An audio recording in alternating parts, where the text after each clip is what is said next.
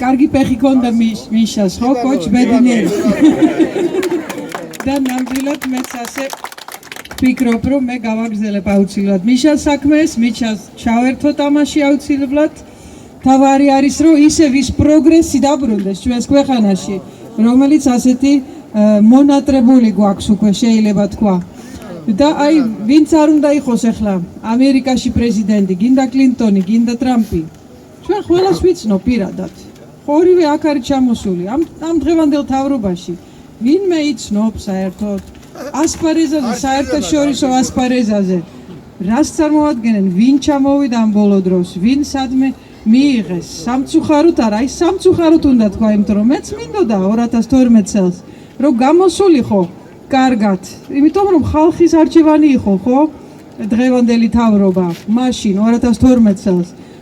უნდა პატივისცე იმ არჩევანს, ხო, ჩვენი ხალხის დემოკრატიაა და ვინც მეტი ხმა მიიღებს, ის განაგზნობს ხო მუშაობას. სამწუხაროდ ვერ შეძლეს და მე მგონი დროა რომ წავიდეს, წაბრანდნენ.